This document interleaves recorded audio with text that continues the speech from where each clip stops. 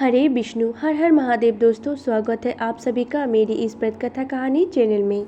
आज आप जानिएगा निर्जला एकादशी के व्रत के शुभ मुहूर्त के बारे में। व्रत का पालन कब किया जाएगा, व्रत खोलने के समय क्या खा के आप व्रत को खोल सकते हैं और इस व्रत को कौन सबसे पहले किया था। तो चलिए वीडियो को करते हैं शुरू। सनातन धर्म में एकादशी के दिन सृष्टि के पालनहार भगवान विष्णु और माँ लक्ष्मी की विशेष पूजा अर्चना की जाती है। साथ ही जीवन में आध्यात्मिक उन्नति और सुख शांति की समृद्धि की प्राप्ति के लिए व्रत भी किया जाता है। ज्येष्ठ माह के शुक्ल पक्ष में पड़ने वाली निर्जला एकादशी 18 जून मंगलवार को है। इस व्रत को देव व्रत भी कहा जाता है क्योंकि सभी देवता, दानव, नाग, यक्ष, गंधर्व, किन्नर, नवग्रह आदि अपनी रक्षा और विष्णु जी की कृपा पाने के लिए एकादशी का व्रत करते हैं। साल में सभी एकादशी में निर्जला एकादशी सबसे कठिन माना जाता है। इसमें अन्न जल की त्याग करना पड़ता है। धार्मिक मान्यताओं के अनुसार निर्जला एकादशी का व्रत और विष्णु की विधि पूर्वक पूजा करने से मोक्ष और दीर्घायु का वरदान मिलता है। वही जो श्रद्धालु साल की सभी 24 एकादशियों का उपवास करने में सक्षम नहीं है, वे केवल निर्जला एकादशी का व्रत रखकर दूसरी सभी एकादशियों का लाभ पा सकते हैं। पंचांग के अनुसार ज्येष्ठ मास के शुक्ल पक्ष की एकादशी तिथि का आरंभ 17 जून सोमवार को सुबह 4:43 से हो जाएगा। वहीं ज्येष्ठ मास के शुक्ल पक्ष की एकादशी तिथि समापन 18 जून मंगलवार को सुबह 7:24 पर होगा। ऐसे में दोनों ही दिन ज्येष्ठ शुक्ल की एकादशी तिथि है। पंचांग के मुताबिक द्वादशी तिथि 18 जून को है, सुबह 7:24 पर होगी और द्वादशी तिथि का समापन 19 जून 2024 को सुबह 7:28 पर होगा। ऐसे में इस साल निर्जला एकादशी का व्रत 18 जून को 2024 मंगलवार को ही रखा जाएगा।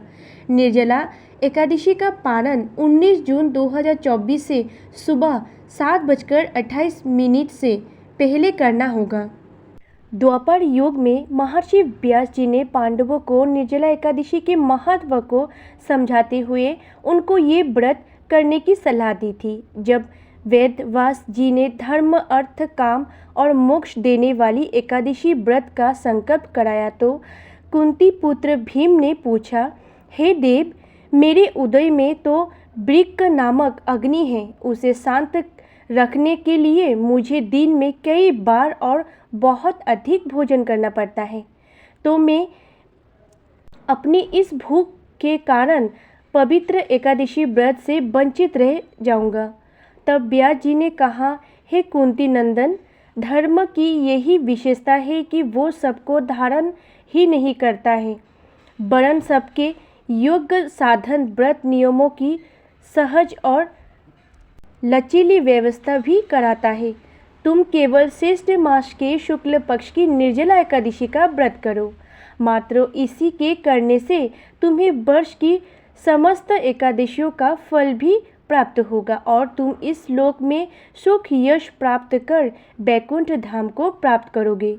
तभी से वर्ष भर की 24 एकादशियों का पुण्य लाभ देने वाली इस श्रेष्ठ निर्जला एकादशी को भीमसेना एकादशी या पांडव एकादशी नाम दिया गया है। इस दिन जो व्यक्ति स्वयं निर्जला रहकर ओम नमो भगवते वासुदेवाय का जाप करता है, वो जन्म जन्मांतर के पापों से मुक्त होकर श्री हरि के धाम में जाता है। निर्जला एकादशी व्रत में जल का त्याग करना होता है। इस व्रत में व्रती पानी का सेवन नहीं कर सकता है। व्रत का पारण करने के बाद ही व्रती जल का सेवन कर सकता है। एकादशी के दिन व्रत पारण का पूरे नियम के साथ किया जाता है। व्रत पारण वाले दिन सुबह सूर्योदय से पहले उठकर स्नान करके साफ कपड़े पहनकर सूर्यदेव को जल दे। द्वादशी तिथि पर व्रत खोलने से पहले व्रती को भगवान विष्णु की पूजा करनी चाहिए। इसके बाद भगवान विष्णु के सामने हाथ जोड़कर व्रत के दौरान हुई भूल चूक के लिए माफ़ी जरूर मांगे। द्वादशी तिथि के दिन सूर्य को जल अर्पित करने और विष्णु जी की पूजा के बाद ही व्रत खोला सकता है। द्वादशी वाले दिन व्रत खोलने के बाद भोजन में आप चावल अवश्य होनी चाहिए। चावल ग्रहण करने के बाद ही कोई अन्य चीज़ों खानी चाहिए। इस व्रत का पारण चावल खाने से ही होता है। व्रत खोलने के बाद चावल का दान करना भी शुभ माना गया है। इसलिए किसी जरूरतमंद को चावल व दक्षिणा जरूर दान करें। निर्जला एकादशी व्रत में अन्न के साथ साथ जल भी ग्रहण नहीं किया जाता है। ये इस एकादशी व्रत का सबसे महत्वपूर्ण नियम है। इस व्रत में सूर्योदय से लेकर अगले दिन द्वादशी तिथि को सूर्योदय तक जल और भोजन कुछ भी ग्रहण नहीं किया जाता है। मेरे प्यारे श्रोता